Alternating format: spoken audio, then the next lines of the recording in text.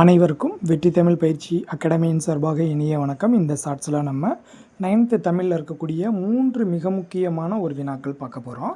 So அந்த 3 வினாக்களில் first question பாருங்கள். தமிழின் மிக தொன்மையான இலக்கண நூல் எது அப்படின்னா எல்லாருக்குமே தெரியும், தொல்காப்பியம். சரியாங்க. இந்த தொல்காப்பியத்தில் சிற்பக்கலை பற்றி குறிப்பு காணப்படுதுங்க.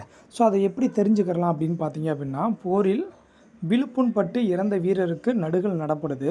ஸோ அந்த நடுகளில் அந்த வீரருடைய உருவத்தை வந்து பொறிச்சு வச்சுருப்பாங்க. ஸோ இதை நம்ம என்ன பண்ணலாம் அப்படின்னா, சிற்பக்கலைக்கு ஒரு எடுத்துக்காட்டாக நம்ம வந்து எடுத்துக்கலாம். இது ஃபஸ்ட்டு கொஸ்டின். அடுத்த 2வது கொஸ்டின் பாருங்கள். சிலப்பதிகாரத்தில் கண்ணகிக்கு சிலை வடித்த செய்தி இடம்பெற்றுள்ளது. அப்போ கண்ணகிக்கு சிலை வடித்த செய்தி இடம்பெற்றுள்ள நூல் எதுன்னு கேட்பாங்க. ஸோ நீங்கள் சிலப்பதிகாரம்னு ஆன்சர் பண்ணிடுங்க. அடுத்தது பாருங்கள். மாளிகைகளில் பல சிற்பங்களில் சுண்ணாம்பு கலவை இருந்தது. சுண்ணாம்பு கலவையை வந்து சுதை சிற்பங்கள் அப்படின்னு சொல்லி சொல்கிறாங்க. ஸோ அப்படி இருந்ததை மணிமேகலை அப்படின்ற நூல் மூலமாக நம்ம அறிஞ்சுக்கிறோம். சரியாங்க.